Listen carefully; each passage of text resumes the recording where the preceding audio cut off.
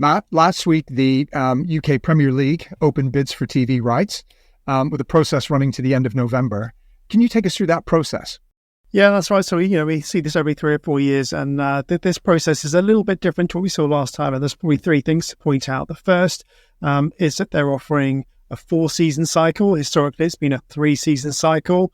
The second is that the way they've structured it's a little bit differently. So there are 5 packages of matches available. There are 7 last time, but there's more games available. So 270 matches a season compared to the current 200. And essentially, all of those things are designed to make sure that serious bidders take part and that they can maximize the value of these rights.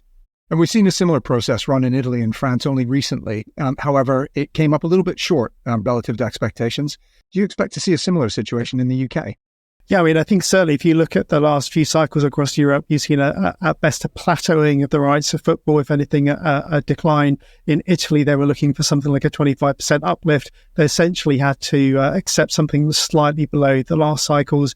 And in France, Canal Plus, the kind of big historic partner, basically decided not to bid. And so the league there's had to kind of go to one-on-one negotiations. So it's not looking good for them in terms of expanding the value. I think in the UK, right now it costs £1.5 billion a year. Sky spends most of the money, £1.2 billion.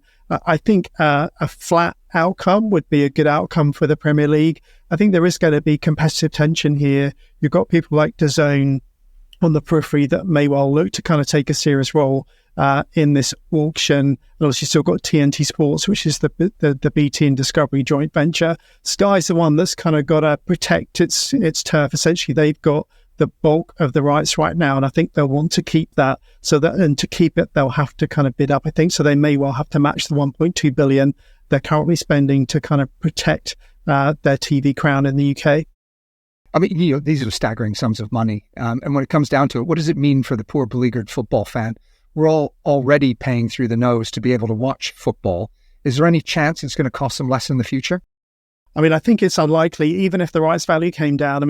You've got this kind of slightly quirky situation where the rights can't sit with one broadcaster. So you have to go with, at the moment in the UK, 3 different platforms if you want all of the Premier League. And that costs a consumer anywhere between £50 and £75 a month, depending on how you do it.